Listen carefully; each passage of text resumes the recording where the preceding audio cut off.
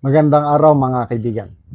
Bigyan natin ng reaction, opinion itong post ang balita ngayon. Title, Ngayon lang tayo nakaganti. Andun na sa Canada ang basura na galing Pinas. Naglabas ng patutsada si political analyst Professor Van Ibiernas sa social media kasabay ng opisyal na pagbisita ni Pangulong Ferdinand Marcos Jr. sa Canada. Bagamat walang direktang pinangalanan, tila sumabay ang payag ni Ibiernas sa biyahe ng Pangulo habang mainit ang mga usaping pampolitika at kamakailangang malawakang kilos protesta sa bansa.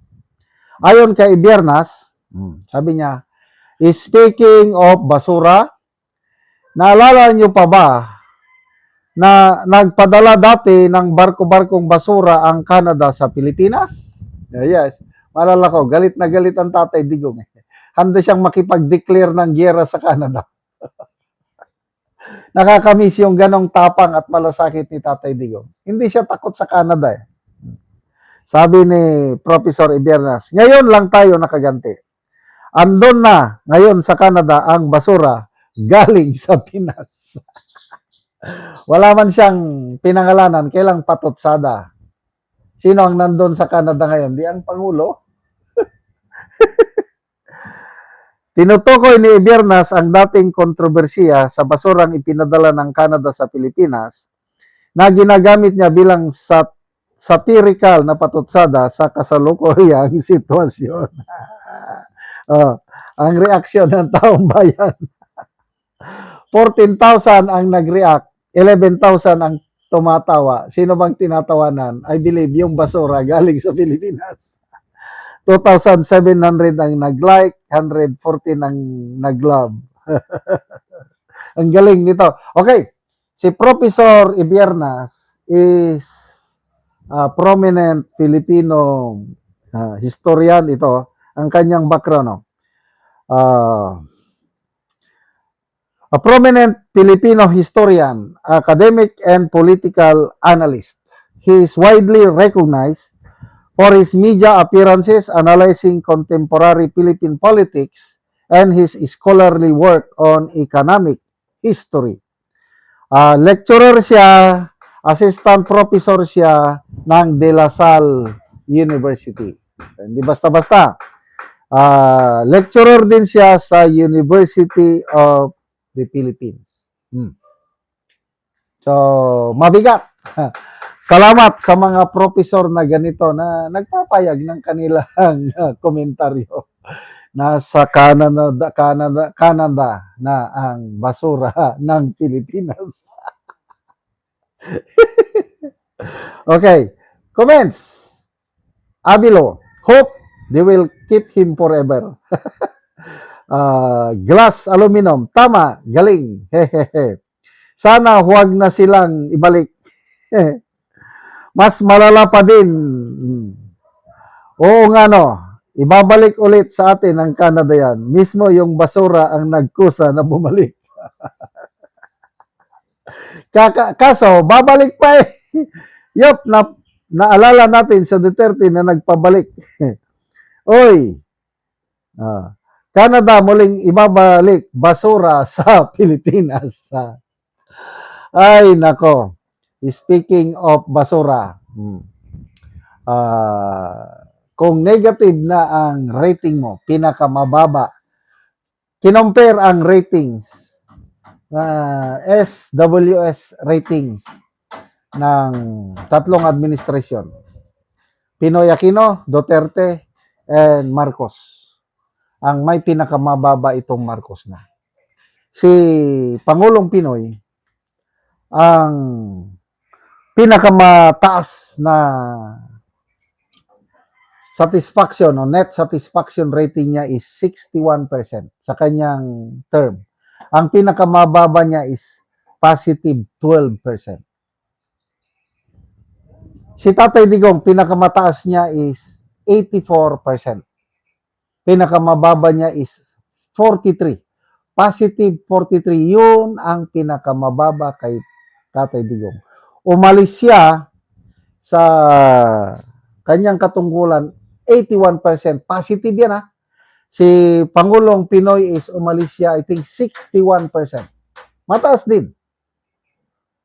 Si PBBM, nakatatlong taon mahigit, negative 13 o 15 na napapagbaliktad ko yung Pulse Asia at SWS. I think negative 13 siya sa SWS. Pinakamababa sa lahat ng presidente. Ano pa yung pinakamababa niya? Yung pagbagsak ng gross domestic product comparison sa tatlong presidente. Si Pangulong Marcos Jr. ang may pinakamalaking pagbagsak. Dahil ang minana ni PBBM na gross domestic product growth is 7.6. Ngayon is ano na lang, 4.0 na lang at the end of 2025. 3.6% ang ibinaba. Kaya lahat na lang kay PBBM, pag ganyan siya, nagsimula siya mataas-taas naman. I think positive 64 nung nagsimula siya, nung mabango pa ang unit team. But after that, wala na. Tuloy-tuloy na ang kanyang pagbulusok. Tinanong, ang isang political analyst, may pag-asa pa bang makakabawi ang Pangulo? Excuse me. The answer is yes. Kung totohanin. Kasi nga may budget eh.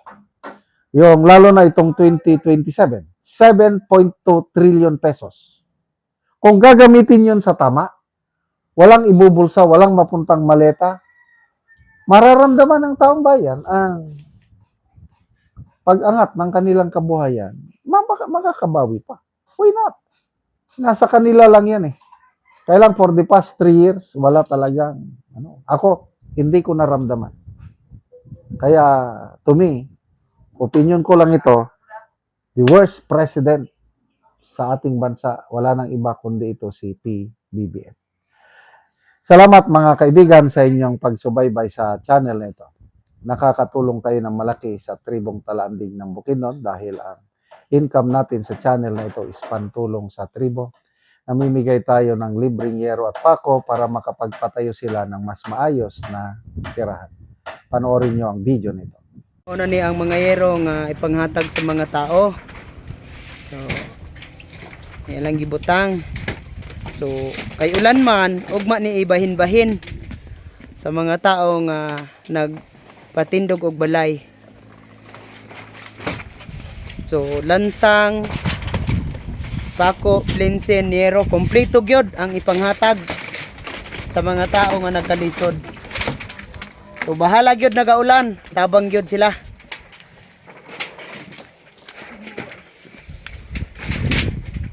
Kay dinhi sa among lugar, dagan gyud nga pags.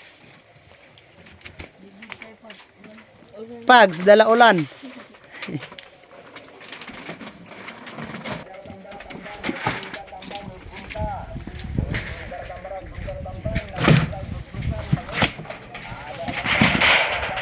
$390 kayero.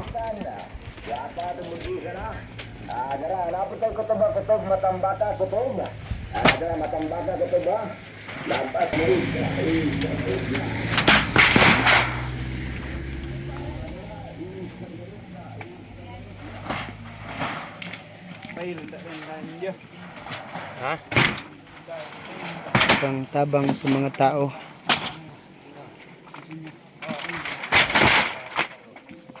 Nga mga daot na ang ilang balay.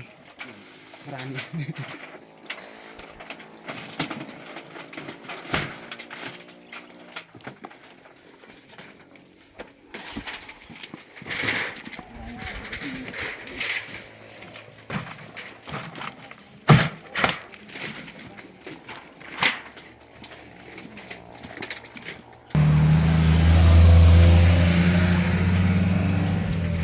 Karon salamat kayo sa Ginoo o sa nagsuporta sa pagtabang sa iro labi na sa mga tao nga nagkalisod. So makabalay na gyud sila tungod sa tabang. Hinaot nga magpadayon ang inyong tabang sa mga tao nga nagkalisod.